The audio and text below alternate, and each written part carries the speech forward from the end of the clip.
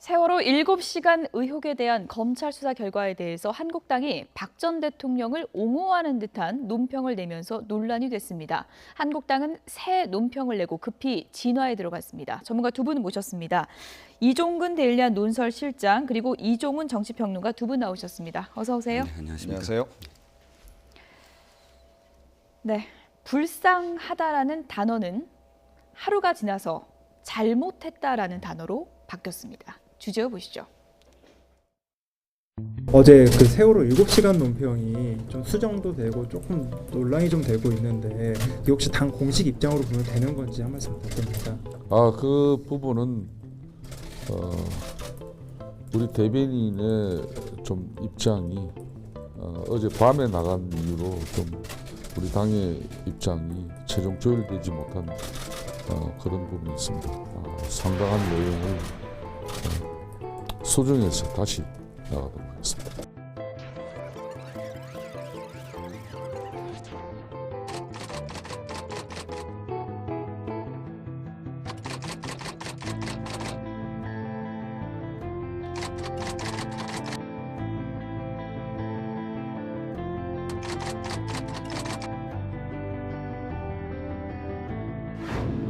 공식적인 논평으로 이렇게 최종 확정하지는 않겠습니다. 대통령이 그 불행한 사고에 그 시간에 집무실에 있지 않고 침실에 있었다는 그 자체 하나만으로도 납득하고 이해하지 못할 정도 잘못됐습니다.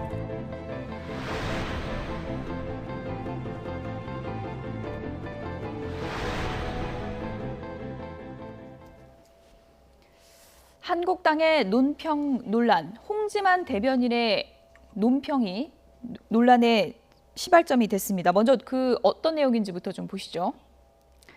이런 내용입니다. 실체는 단순하다. 박 전 대통령은 구조의 골든타임이 지난 뒤에야 참사 발생을 알게 됐다.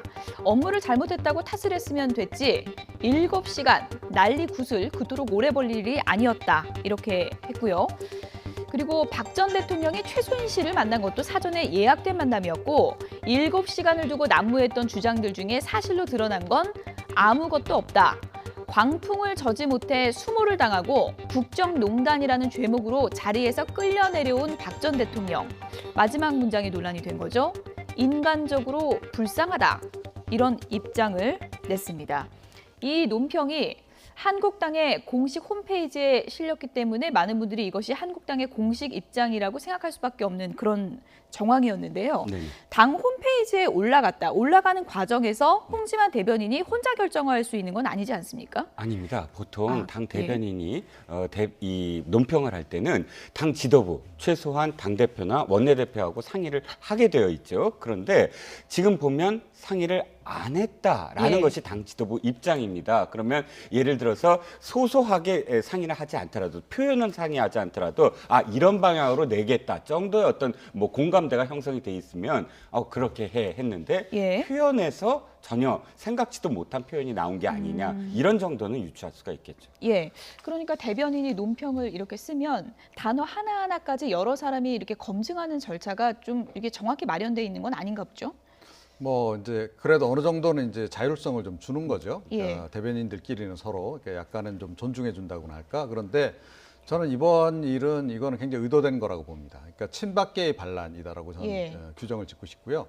그러니까 친박계가 지금 당내에서 굉장히 숨을 죽이고 있는데 이 홍지만 대변인도 친박계거든요. 예. 그래서 이번 일을 계기로 해서 친박계가 그러니까 당 지도부와 좀 다른 목소리를 일부러 의도적으로 냈을 가능성이 좀 꽤 있다. 의도적으로 냈다. 네, 예. 그렇게 생각을 합니다. 그러니까 사실은 이제 뭐 친박계가 과거만큼 이렇게 결집력을 발휘하고는 있지 못한데 그럼에도 불구하고 지금 홍 대표 체제에 대해서 굉장히 불만이 많거든요. 그러니까 그걸 이런 식으로 전 표출한 게 아닌가.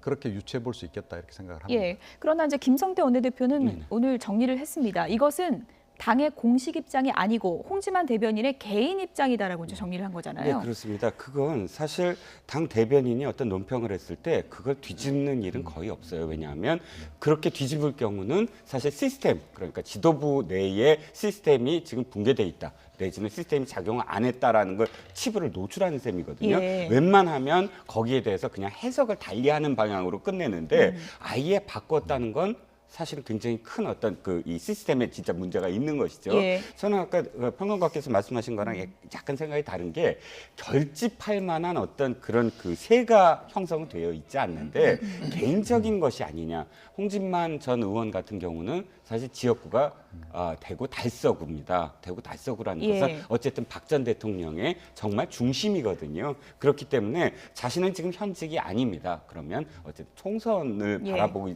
몇 년 후지만 총선을 생각을 하면서 최소한 자기가 지금 이렇게 이 논평이 부정당했지만 그럼에도 불구하고 자신의 논평은 자신의 지역구에 굉장히 남을 게 아니냐. 예. 개인적인 어떤 생각이 아니었을까 싶은 생각도 예. 듭니다. 그래서 불쌍하다를 인간적으로 내가 불쌍하다라고 적지 않았습니까? 이것은 어느 정도 좀 지역구 민심을 고려한 의도적인 뭐 말이다 이렇게라도 볼 수 있다는 말씀이시죠? 뭐 이제 예. 그런 측면도 있을 거라고 저는 생각을 합니다. 그런데 사실은 굉장히 위험스러운 논평을 내놓은 거거든요.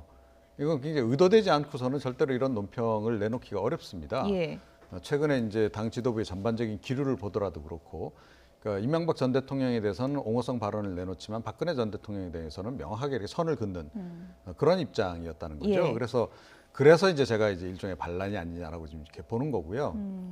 그리고 이제 최근에 뭐 아시다시피 워낙 이제 공천 문제를 놓고 지금 홍준표 대표가 너무 독주하는 거에 대해서 굉장히 불만들이 지금 많습니다. 특히 예. 뭐 친박계가 뭐 결정적으로 불만이 굉장히 지금 많은 상황이고 그래서 그런 거하고도 좀 연관지어 지금 볼 수밖에 없는 그런 측면이 분명히 있다. 예. 이런 지적을 좀 해드리고 싶습니다. 논란이 커지니까 김성태 원내대표는 오늘 이렇게 다시 한번 좀 입장을 전해드리겠습니다. 이렇게 정리를 했습니다.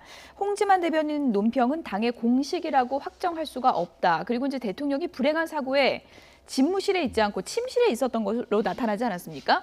그거 하나만으로도 어떤 경우든 납득하고 이해하지 못한다. 이것은 잘못됐다라고 얘기를 했습니다.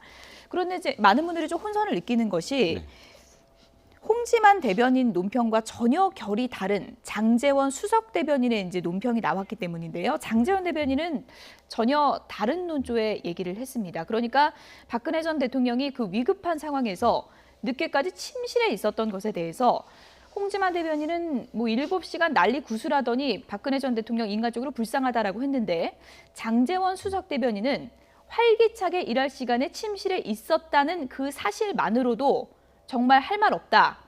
무기력함에 반성할 수밖에 없다라는 논조가 전혀 다른 얘기를 당의 공식 대변인이 둘이 얘기를 한 거잖아요. 그렇습니다. 예. 새누리당 지금 자유한국당의 예. 어떤 상황을 보면 지도부는 사실은 박근혜 대통령의 탄핵을 주도했던 사람들이에요. 바른정당을 만들었다가 사실 다시 돌아왔죠. 그 사람들은 어쨌든 박근혜 대통령에 대해서 지금 장제원 대변인이나 혹은 김성태 원내대표가 생각하는 그 수준이 딱 자신들의 행동과 일치되는 어떤 생각입니다. 그런데 예. 아까도 말씀드렸지만 홍지만 대변인 같은 경우는 지금 지도부와는 결이 분명히 다른 어떤 생각을 갖고 있죠. 예. 그런데 한 가지 이해하려고 한다면 홍지만 대변인의 어떤 논평 속에서 이건 있습니다. 7시간 두고 난무했던 주장들이 사실로 드러나지 않았다. 이건 아마도 7시간을 두고 난무했던 주장들이라는 것을 하나하나 꼽아보면 예. 그 당시에 수술을 했다라는 어떤 설이 하나 있었고요. 그 당시에 정윤회 비서실장과 함께 있었다라는 설이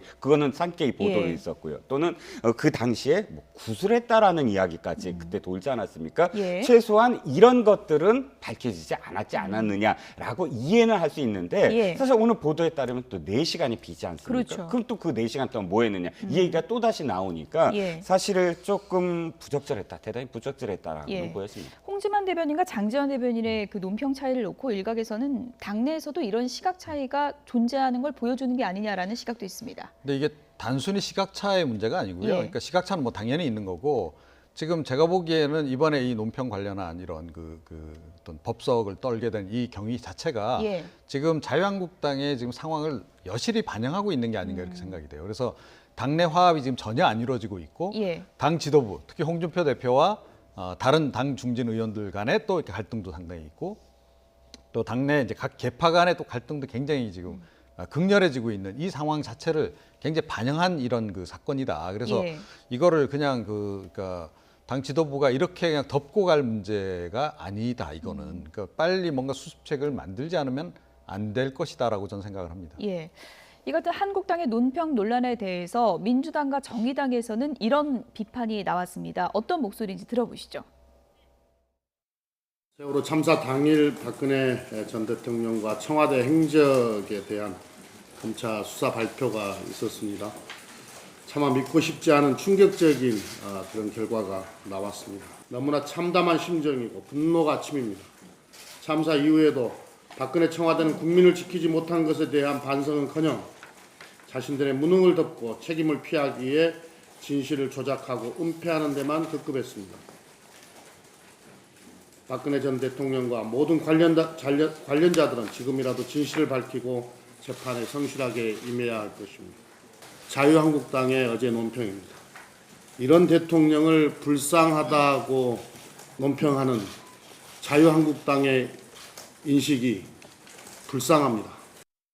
입으로 먹고 학문으로 배설하는 것이 일반적인 자연의 법칙인데 왜 유독 자유한국당 대변인들은 입으로 배설하는지 알 수가 없습니다. 자유한국당은 배설을 위해 정론관을 찾는 대변인들에게 화장실 위치부터 가르쳐주고 배변 훈련 먼저 시키시길 바랍니다.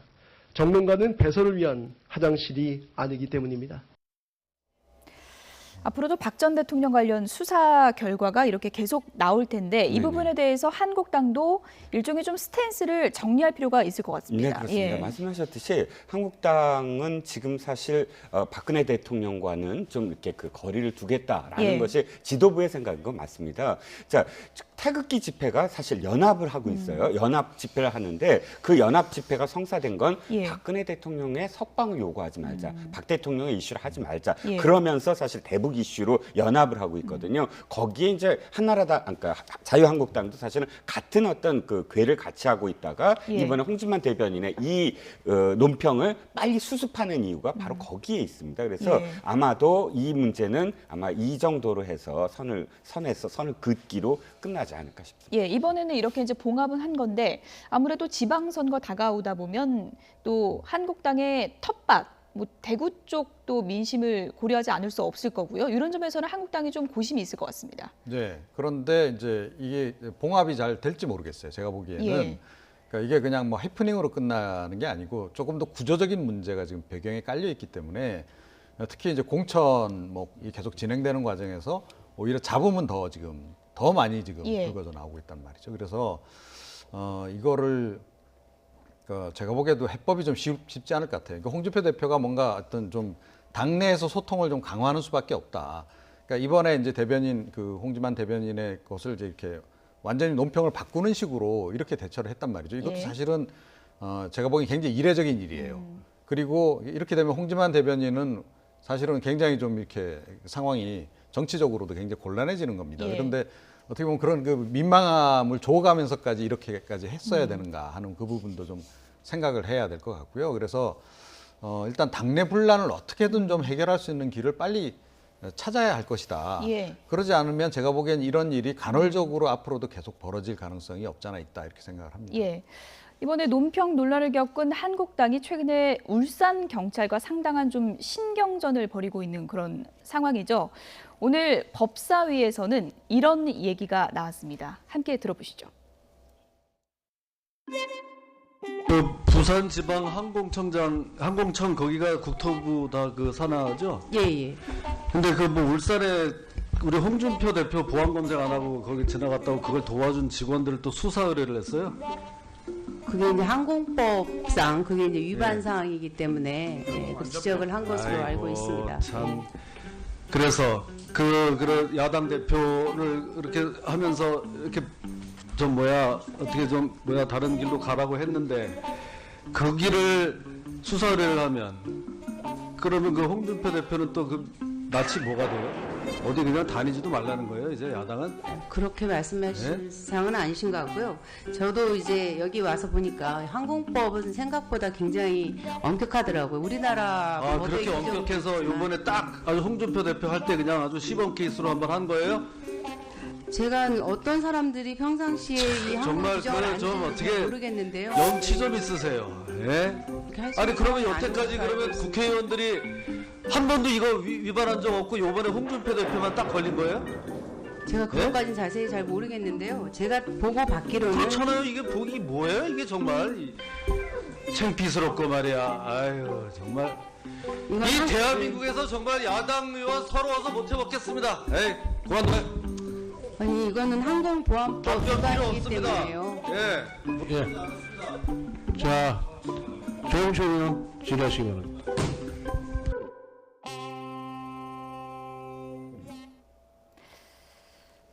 네. 항공법이 엄격한 걸까요? 아니면 야당이기 때문일까요? 오늘 공방이 벌어진 모습을 보셨는데요. 어떻습니까? 관례적으로 국회의원이나 뭐 야당 대표, 여당 대표가 이렇게 공항을 이용할 때 좀 그냥 항공보안법이 이렇게 엄격하게 적용이 되나요? 어떻게 그러니까 봐야 될까요? 법대로는 예. 사실은 그 누구도 예. 보안대를 그냥 통과할 수는 그렇죠. 없습니다. 그건 검색기에 법대로 지내야 맞고요. 되는 거죠. 그리고 이제 예. 2016년도에 아마도 제 기억에는 항공법이 개정이 또 됐어요. 더 엄격하게 개정이 됐습니다. 예. 그런데 문제는 이제 그 지방공항에 영빈실이 있거든요. 영빈실이요? 예, 예. 거기에 주로 앉아서 이제 티타임을 가지면 검색대를 그냥 통과시켜 주는 게 사실 국회의원들은 거의 다 그렇게 해왔습니다. 아, 그렇습니까? 그거는 예. 뭐 지금 뭐 그 이 관례라고 예. 그러니까 국회의원들이 얘기를 하는데 그런데 만약에 이 상황을 두고 이야기를 한다면 홍준표 대표는 국회의원이 아니지 않느냐. 그래서 그렇게 했다. 이렇게 얘기할 수도 있지만 예. 그러나 이것도 또 한 10년 전에 국회의원들을 하셨던 뭐 여당이든 야당이든 민주당이든 아니면 자유한국당 계열이든 다 물어봐도 정당 대표는 다 영빈실로 그냥 통과시켜줬어. 이렇게 다들 그 옛날엔 그렇게 대답을 했어요. 그래서 예. 지금 뭐 김 장관이 엄격합니다라고 해서 지금은 굉장히 엄격해졌다라고 얘기한다면 할 말은 없겠지만 예. 그러나 옛날에 그 정치를 했던 사람들이 모두 다 입을 모아서 정당 대표인데 그 정도는 해줬어야 되는 거 아니냐 예. 이렇게 얘기한다면 그냥 관습이었다라고 강변하는 것이죠. 김진태 의원이 야당 의원 너무 서럽다라고 했는데 그러니까 한국당 입장에서는 좀 너무한 거 아니냐 이런 좀 섭섭함을 드러내는 것 같은데요. 어떻게 봐야 될까요? 근데 세상이 바뀐 거거든요. 세상이 바뀌었다. 그러니까 예. 미투 운동이 요즘에 활발하게 전개되면서 예전에 용인됐던 것들이 이제 용인이 더 이상 안 되잖아요. 예. 똑같은 겁니다. 그러니까 본인들이 집권했던 이명박 전 대통령 시절, 박근혜 전 대통령 시절까지는 이게 관례였는지 모르겠는데 앞으로는 아닌 겁니다. 이거 예. 지키셔야죠. 예. 예, 홍준표 대표부터 지켜야 되냐 이런 그런데다가요. 질문인 것 같은데요. 제가 예. 보기에는 홍준표 대표를 모시는 분들도 굉장히 문제가 좀 많다라고 생각을 해요. 그러니까 예전에 이제 그 수해 현장에 가셔가지고 뭐 장화, 예. 그 황제 장화 논란도 있고 그랬는데, 그러니까 거의 지금 홍준표 대표가 당에서 제왕적 대표예요. 너무 옆에서, 그러니까 이 예전에 뭐, 그러니까 이 보수 정당의 대표들 모시듯이 그렇게 모시고 있단 말이죠. 심경 경호도 너무 하고 있고. 자, 그런 거 연장선에서 이런 일들이 지금 이제 있는 그런 상황이기 때문에 예. 이거 빨리 좀 고쳐야 됩니다. 이런 습관들. 예. 장화 논란 있을 때 그분들이 또 이번에도 같은 아니 뭐 분들인지 똑같은 분들은 아니겠으나 그건 뭐 논란이 그러니까 될 수 있으니까 그건 잘 모르겠고요. 예. 그런 문화가 아직도 남아 있다는 거예요. 자유한국당에. 그게 이제 문제라는 말씀을 예. 드리는 겁니다. 네. 뭐 제왕적 대표라고 이제 표현을 해주셨지만 그 당시 상황을 저희가 자세히는 모르기 때문에 네네. 얘기는 할 수 없지만 네네. 일종의 좀 수사까지 한 건 너무한 거 아니냐 이런 표현을 한 것 같습니다. 예. 그래서요. 저도 지금 사실 좀 뜻밖이었던 게 예. 김진태 의원이에요. 그걸 항의한 사람이. 왜냐하면 예. 김진태 의원이 사실 홍준표 대표를 향해서 사실은 비판을 굉장히 많이 비판도 하잖아요. 많이 예. 하고 그 쓴소리도 많이 했고 홍준표 예. 대표도 사실 김진태 의원과 그렇게 말을 섞거나 그렇지 않았거든요. 그런데 김진태 의원이 지금 나서서 이야기하는 것도 조금 낯설었고 예. 그러니까 김진태 의원이 그렇다고 독설을 한 건 아니에요. 지금 김진태 의원이 만약에 박근혜 전 대통령과 관련해서 만약 뭐 이렇게 예. 했다 그러면 굉장히 독설을 날리지 않습니까? 그런데 예. 그럼에도 불구하고 이건 관례가 아니냐라고 항변하는 어떤 그런 느낌. 그런데 사실 뭐 이게 적법한 어떤 조치였다 그러면 저도 할 말은 없지만 그러니까 그 당시에 사실 그 공항 관계자들한테 이렇게 그 수사에 들어가는 지금 상황입니다. 예. 그 부산 그 공항이 이제 경찰한테 의뢰를 해서 그럼 수사에 들어갈 만한 어떤 상황이냐라는 건 예. 저는 조금 너무 심한 게 아니냐는 어쨌든 생각도 근데 듭니다. 이번 일을 계기로 항공법이 앞으로 좀 국회의원들에게도 엄격하게 적용될 것 같다는 생각이 듭니다. 그렇죠. 예. 일단 최소한 집권 여당은 아마 안 할 겁니다. 이제부터. 예. 왜냐하면 자신들이 지금 그 집권하고 있는 상황에서 김 장관이 저렇게 항공법을 이야기했는데 예. 자신들의 특권을 내려놓게 되는 가장 뭐 계기가 될 수도 있겠죠. 예. 오늘 뭐 이런저런 여야 공방이 법사위에서 있었는데 아무래도 요즘에 울산 경찰하고 한국당이 신경전을 상당히 치열하게 펼치고 있고 이 가운데는 울산시청 압수수색 문제가 걸려 있는 거 아니겠습니까? 네. 예. 그런데 이제 뭐 사실은 이제 비리 의혹이 있는 건 분명합니다. 그러니까 어찌됐건 그 김기현 시장의 이제 동생 그다음에 이제 비서실장에 관계된 그런 이제 그 지역 내에서의 이제 비리 혐의가 있기 때문에 예. 수사를 하는 건 맞다. 자, 그런데 수사의 타이밍이 지금 이제 논란이 되는 예. 거죠. 그러니까 왜 하필 이 시점에서 하느냐. 그러니까 선거를 앞두고 있는 예. 이제 이게 이제 논란이 될 수 있는 건데, 그러니까 수사는 저는 이건 해야 된다라고 생각합니다. 그러니까 예. 비리가 있으면 수사 안 하고 넘어갈 수는 없죠. 자, 그런데 이 수사 시점의 선택과 관련해서 또 이제 민주당의 지금 유력 이제 어찌됐건 뭐 대항마로 인물 거론되는 이제 송모 변호사, 문재인 대통령의 오랜 친구, 그분하고 뭐 지난해 두 차례 만난 예. 부분도 그렇고, 이거는 좀 별도로 국정조사를 해야 된다고 생각합니다. 자, 만난 거 그래서 자체를 두고요. 그렇죠. 예. 그거는 약간 좀 정치적인 냄새가 분명히 나기 때문에 그 부분에 대해서는 그러니까 조사를 하고 또 이 수사는 수사대로 진행을 하고 그걸 약간 분리해서 지금 해야 된다. 그리고 이 국정조사와 관련해서는 저는 지금 집권 여당도 전 협조를 해야 된다라고 생각을 합니다. 예. 어쨌든 오늘 법사위에서 여야 공방도 상당히 좀 치열했는데 여야에서 어떤 얘기 나왔는지 그래픽으로 좀 정리해 보겠습니다. 일단 한국당에서는 정가변 의원이 얘기를 했습니다. 이런 얘기를 했는데요. 경찰 내 몇 분 때문에 흥분한 나머지 당 논평에서 거친 용어 나온 것을 사과드린다라고 했고요. 그러나 울산시청 압수수색의 때와 장소는 적절하지 못했다라고 하니까 이철성 경찰청장이 이렇게 답변을 했습니다. 압수수색은 나오면 바로 집행하는 게 원래 관례다라고 했고요. 고의로 이런 시점을 맞춘 게 아니다라고 답변을 했습니다. 박범계 더불어민주당 의원은 이런 얘기를 했습니다. 이번 사안이야말로 검경 수사권 조정과 수사구조 개혁의 모델 케이스가 될 것으로 본다라고 했고요. 만약 경찰이 성과를 내지 못한다면 말 그대로 경찰은 수사구조 개혁을 요구할 자격도 없다라고 하면서 철저한 수사를 촉구했습니다. 그런데 예. 박범계 의원의 어떤 표현이 성과를 내지 못한다면이라는 조건이 어떻게 들리냐면 성과를 꼭 내라, 예. 뭐 수사를 꼭 해라 이렇게 예. 어떤 들리고요. 가이드라인을 제시한 것 같아서 좀 그게 적격하느냐 하는 건 조금 다른 문제고 예. 아까 그 경찰청장 말씀을 하셨는데 문제는 그 송모 변호사를 만난 것만의 문제가 아니라 이 수사와 관련해서 사실 굉장히 부적절한 상황이 하나 있었다는 거예요. 뭐냐면 자, 수사관을 갑자기 인사를 해서 전혀 지금까지 수사한 사람을 교체를 하는데 그 수사관을 알고 봤더니 지금 김기현 시장의 친형을 수사했던 사람인데 이 사람이 어떤 일에 의혹이 쌓였냐면 그 전에 수사할 때 김기현 시장의 친형에게 이 사건이 이렇게 되므로 무마시켜주겠다라는 식의 어떤 협박과 또는 회유를 했다는 거예요. 그걸 이제 폭로를 했고 그것과 관련해서 울산 경찰청에서는 뭐라 그랬냐면 만난 건 사실이다. 만난 건 이제 뭐 확인을 했는데 그러나 그런 말은 하지 않았다. 이렇게 얘기는 합니다. 그런데 문제는 왜 하필이면 이 수사를 할 때 엄격하게 정말 수사를 해야 되는 거 아닙니까? 그런데 부적격한 그런 수사관을 굳이 배치를 해서 또다시 논란을 일으키느냐. 그러니까 여러 가지 사실 내사에 들어갔다고는 합니다. 경찰청에서. 근데 여러 가지 사실은 좀 구설수에 오르고 있는 상황이죠. 박범계 의원을 뭐 가이드라인이 될 수 있다 이런 또 비판을 받을 수 있다라고 얘기를 해주셨는데 또 한편으로는 한국당이 경찰과 이렇게 신경전을 벌이는 것 자체가 수사에 대해서 좀 압박을 주는 게 아니냐. 어떻게 보면은 경찰 수사에 방해가 될 수 있다 이런 시각도 있습니다.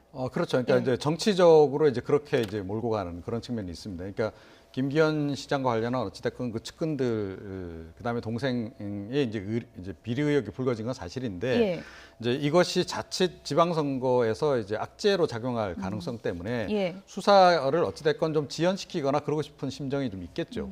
그건 분명히 있다라고 저는 생각을 합니다. 그런데 그렇다고 해서 지금 박범계 의원이 지금 이야기한 식으로 저렇게 나가도 곤란하다. 그러니까 이번에 뭐 이 사건이 이게 검경 수사권 조정하고 뭐가 그렇게 직결되는 문제라고 그걸 바로 갖다 붙입니까? 그러니까 이건 뭐냐면 결국은 이 황 청장에게 뭔가 그러니까 가이드라인을 준 게 분명해요. 이거는 그러니까 성과를 내라는 얘기는 그러니까 어찌됐건 그 비리 혐의와 관련해서 그러니까 뭔가 누구라도 하여튼 잡아 넣으라는 얘기나 전 다름없다라고 저는 생각하거든요. 예. 이것도 굉장히 부적절했다라고 저는 생각을 해요. 오히려 그러니까 지금 여당은 이 사안에 대해서는 그러니까 경찰청장 의혹과 관련해서 그래 밝힐 게 있으면 우리 규명하자라고 예.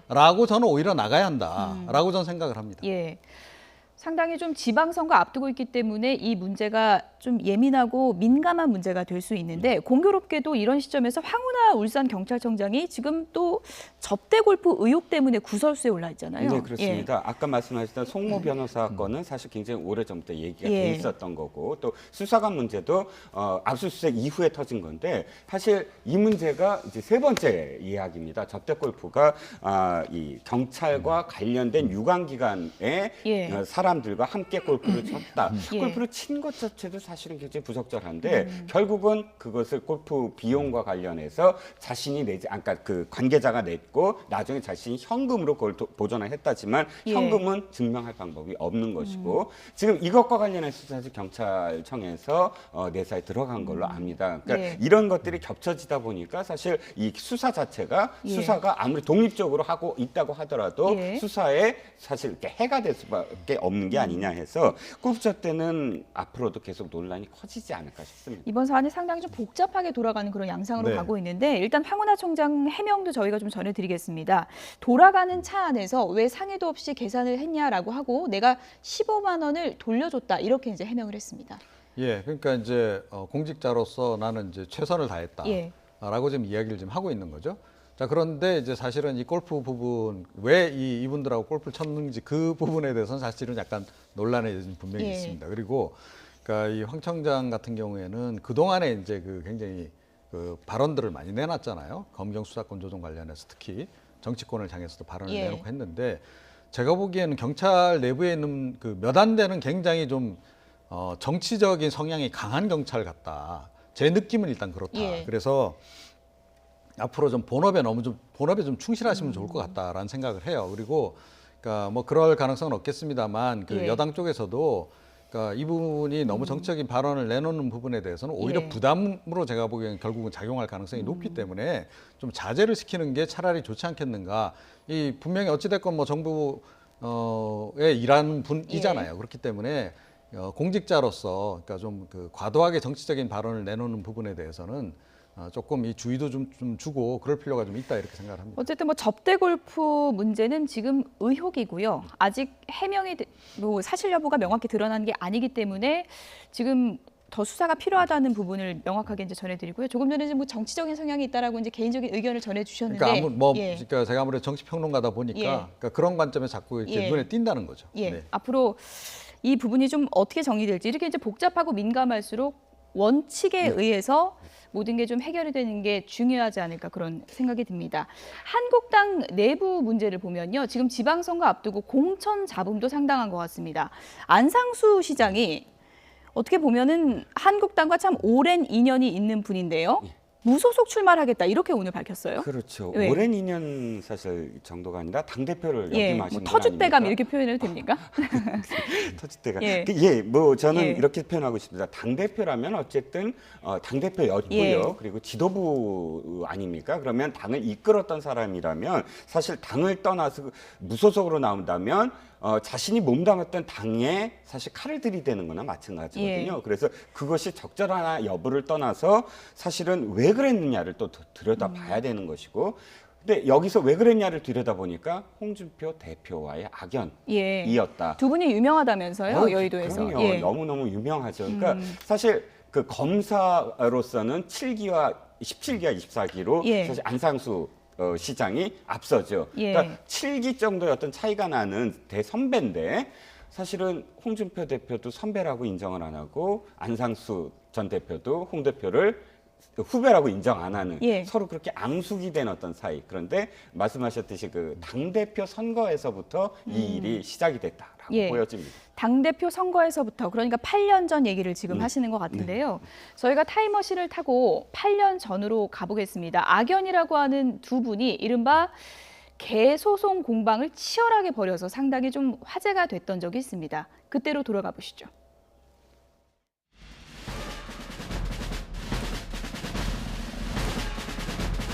답변을 할 때 제지하실 수 있고요. 1분 30초 내에서 안상수 후보님께 묻겠습니다. 안상수 후보님 이번 전당대회 가장 큰 화두가 화합입니다. 그런데 안상수 후보님도 가장 큰 화두로 내세우셨습니다. 97년 7월 9일자 조선중앙일보를 보면 안상수 후보님께서 그 당시에 신한국당 국회의원을 하실 때 그 옆집에 개가 짖는다고 개를 옆집을 상대로 소송을 했습니다. 2천만 원 손해배상 청구 소송을 했습니다.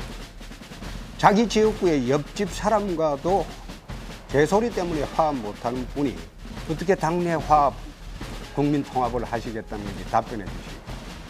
참 묘한 것도 조사를 했네요.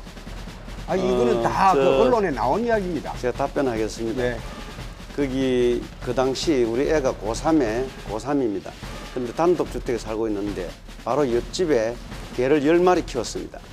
얼마나 시끄럽고 냄새가 나는지 애가 입시 공부를 할 수 없었습니다. 그래서 제가 사정하고 몇 번을 찾아가서 좀 개를 좀 딴 데 좀 옮기면 안 되겠냐, 한 마리만 키우면 안 되겠느냐 이랬는데 10마리를 계속 키웠습니다. 한번 상상해 보십시오. 10마리가 찢어졌기면. 좋습니다. 그래서 좋습니다. 가만히 있어 보세요. 네, 가만히 있어 보세요. 됐습니다. 그래서 제가 답변됐습니다. 시험 그런데 공부할 수 있도록 진돗개 1마리, 새바트 2마리, 그리고 새끼 2마리입니다. 바로 옆집과 화해도 못하고 그걸 갖다가 그럼 애를 갖다가 딴 데 하숙시키든지 자기 지역구 옆집과도 그러면서 어떻게 당내 화합을 논합니까?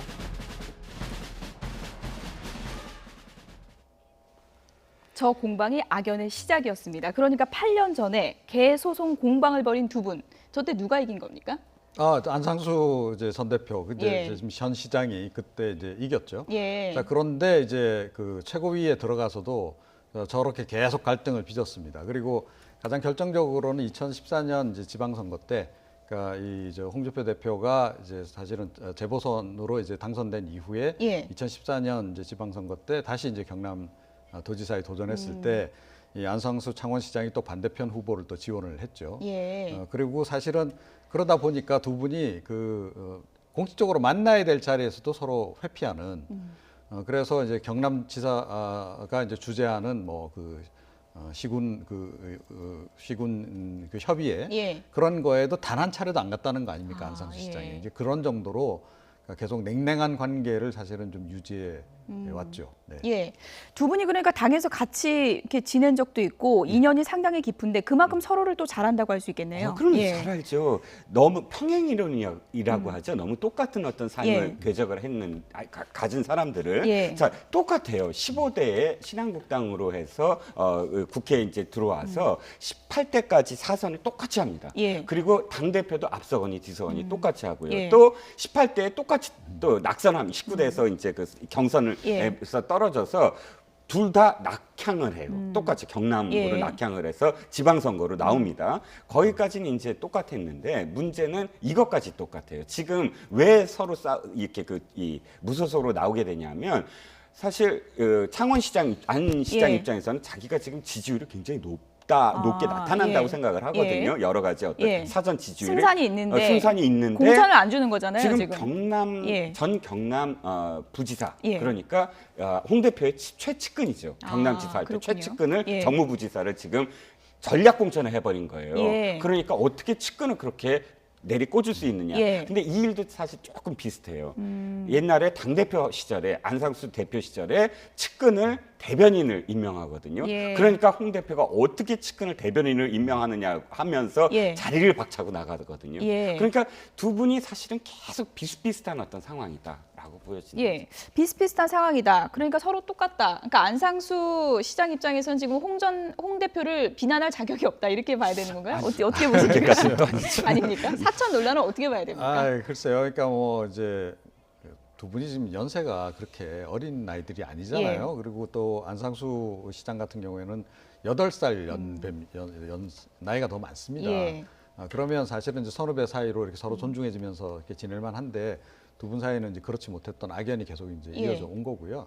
그러니까 그러니까 뭐 홍 대표는 이제 어찌 됐건 이번에 안상수 시장이 너무 나이가 많으시니까 예. 이제 그만 물러나 주세요라고 이제 그 이야기를 하시는 것 같은데 예. 그 과정을 좀 스무스하게 가져갔으면 훨씬 더 좋았을 것이다. 예. 그런데 이게 뭐 바로 자기 이제 최측근을 거기다 이제 무리하게 공천을 이제 주는 식으로 가니까 예. 이게 이제 분란이 되는 것이고 예. 또 그 안상수 시장에 대해서 동조하는 또 세력도 꽤 당내에서 좀 늘어나는 거고 예. 지금 상황이 그런 겁니다. 홍 대표 입장에서는 지금 공천은 원래 잡음이 따른다 이렇게 입장을 밝히긴 했지만 중진 의원들의 반발이 만만치가 않은 것 같습니다. 빨리 선대위 꾸리지 너무 사천으로 흐르는 거 아니냐 이런 비판이 커지고 있는 것 같습니다. 그렇죠. 지금 이제 자유한국당의 가장 큰 문제는 뭐냐면 홍 대표의 거의 원맨 쇼다 이렇게 예. 지금 비판을 받고 있지 않습니까? 예. 선거를 앞두고 인재영입 위원장도 안 보여요. 인재영입을 책임질 사람이 안 보이고 두 번째는 선거 대책을 어떻게 꾸리는가도 안 보이고 예. 이런 것들을 꾸릴 때 사실은 자신의 반대의 입장을 선 사람끼리 함께 이렇게 끌어서 예. 통합을 아까 뭐 당내 통합을 스스로 말씀하셨는데 그러면서 사실은 선거 앞두고 당이 일사불란하게 가는 어떤 모습을 보여야 되는데 예. 조금이라도 반대 목소리가 나오면 바로 이제 이 당내에 있는 분들한테도 사실 독서를 날리시잖아요. 예. 지금은 독서를 날리실 때가 아니라 끌어안아서 뭔가 직함을 주고 예. 어떤 일에 책임을 지워주는 그런 역할을 하셔야 되는 어떤 상황이다. 지금 그러니까 공천 방식이 조금 비판받을 대목이 있다고 보십니까? 저는 사실은 좀 있습니다. 왜냐하면 예. 지금 거의 다 전략 공천이에요. 지금 이 창원시까지 전략 공천을 하는 걸 보면 예. 사실 거의 모든 광역부터 해서 다 전략 공천이거든요. 예. 전략 공천의 폐해는 뭐냐면 스토리를 만들어내지 못한다. 그러니까 이야기를 만들어내고 경선을 해야 되고 예. 하는 것들이 지금 붐업이 되지 못한다. 이런 지금 한계가 있는 예. 것이죠. 홍준표 대표의 큰 고민 가운데 하나가 바로 서울시장 후보일 텐데요. 계속 거절을 당한 그런 상황이죠. 이른바 뭐 정치 구단 박지원 의원은 이렇게 얘기를 했습니다. 들어보시죠. 재밌어요. 홍준표 대표 비상한 사람. 서울시장은 꼭 안 나올 사람한테 나오라고 보내놓고 거절당하는 형식을 취하고 남경필 지사는 전략 공천을 해왔어요. 그런데 안철수 파들은 대구를 100m도 벗겨나지 않을 유승민 공동대표한테 경기도지사 나와라, 경기도지사 나와라. TK를 기반으로 해서 보수 대통령 후보가 되고 대통령이 되려고 하는 사람인데 100m도 떨어지기 싫은 사람한테 자꾸 경기도지사 나와라. 나가서 떨어지라는 보수 단일화되는 거예요. 바른미래당에서 왜 안철수 대표하고 유승민 대표 사이에 불화가 있다는 식의 보도가 많이 나오는 거죠? 그 처음부터 그거 몰랐어요? 그 처음부터 그거 몰랐어요? 이 안철수 대표 질문하면 답변 안 하겠다고 내가 SNS에다 올렸는데 참 이거 말하면 키워주는 거고 또 욕 나오면 안 되는 거고 아무튼 안철수 대표는 서울시장 나갑니다. 안철수 대표는 서울시장 나갑니다. 네, 다음 주 초에 출마 선언한다고 합니다. 박지원 의원의 개인적인 의견을 들어보셨는데요. 오늘 바른미래당에서는 이런 논평을 했습니다. 함께 보시죠. 박지원 의원 발언에 대해서 정치를 혐오하게 만드는 정치구단 박지원의 한물간 음모론이다 이렇게 비판을 했습니다. 박지원의 단일화 음모론 방송 발언은 전파 낭비다. 한국당과 수도권 연대한다라고 했는데 정치를 혐오하게 하는 한물간 음모론이다라고 비판을 했고요. 본인 속한 당의 선거 전략이나 홍보해라 이렇게 비난을 했습니다.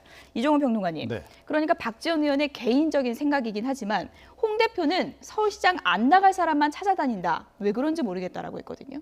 네. 어떻게 보십니까? 글쎄요. 그런데 전 박지원 의원하고 요즘에 제 시각이 싱크로율이 거의 95% 정도 됩니다. 이종훈 평론가님도 정치 구단이신가요? 저하고 아니 그러니까 그런 얘기가 아니고요. 저하고 최근에 와서는 보는 시각이 좀 거의 비슷한 것 같으신데요.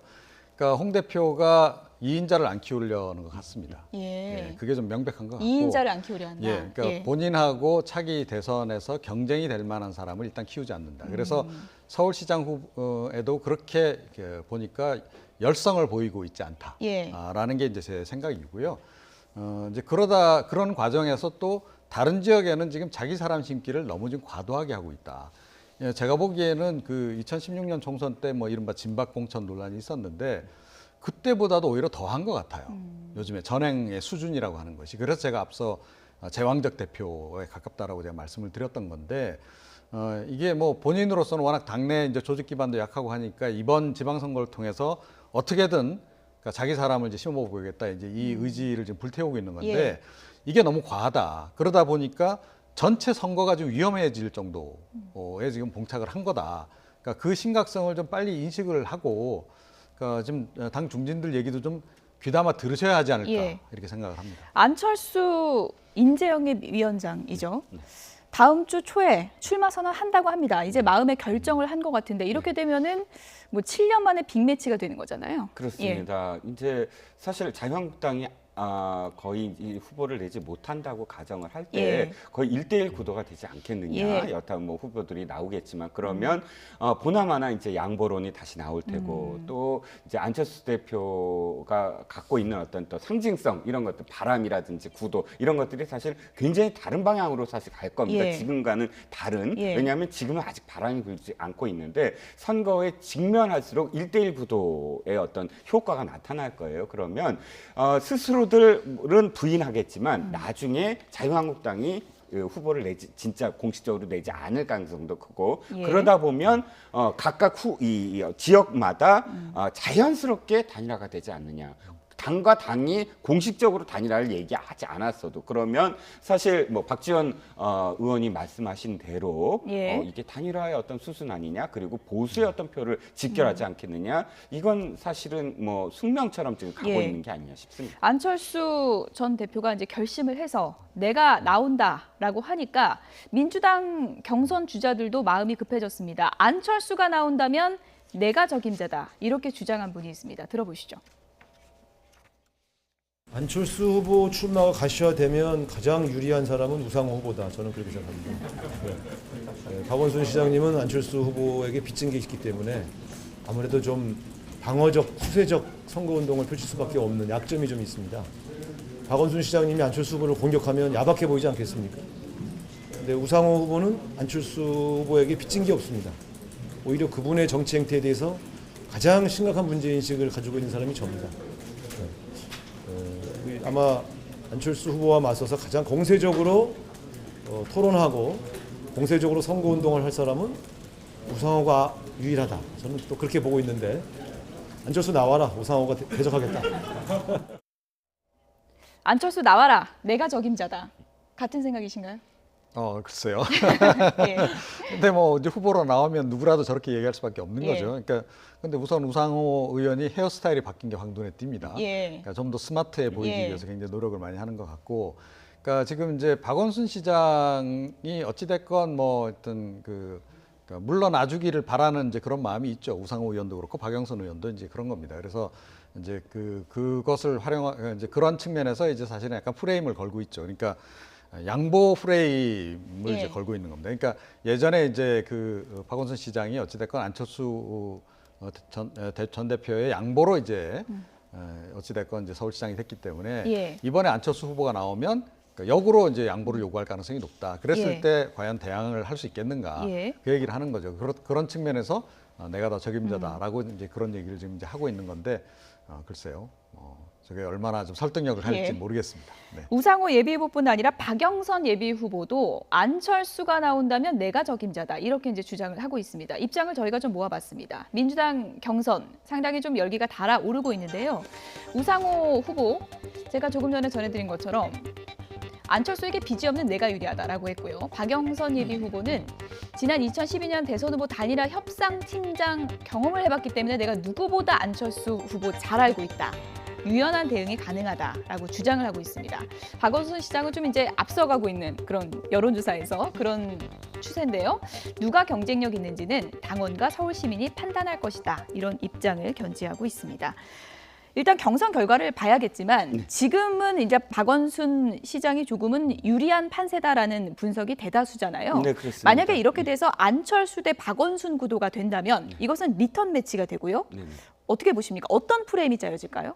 일단 안철수 대표는 양보에 대한 얘기를 분명히 언급을 할 겁니다. 그거는 뭐 당연히 언급을 할 테고 또 이제 박원순 시장 같은 경우는 사실은 그때는 같은 방향으로 섰다. 우리가 같은 곳을 바라보고 있고 사실 안철수 대표하고 박원순 시장은 인연이 깊어요. 박원순 시장이 아름다운 가게, 아름다운 재단을 할 때 예. 상임 이사를 할 때 이사였거든요. 함께 같은 방향을 바라봤었는데 예. 지금은 다른 방향이다 하고 차별화 전략을 할 겁니다. 세월이 많이 흘렀죠. 그렇죠. 안철수 예. 대표가 지금 바라고 있거나 혹은 성향에 대해서 이제 공격을 할 텐데 예. 안철수 대표의 안철수 영입위원장 같은 경우는 사실 의미 있는 지지율을 확보를 해야 된다. 예. 빠른 시간 내로. 근데 지금 사실 박영선 의원이나 혹은 우상 의원이 도와주고 있어요.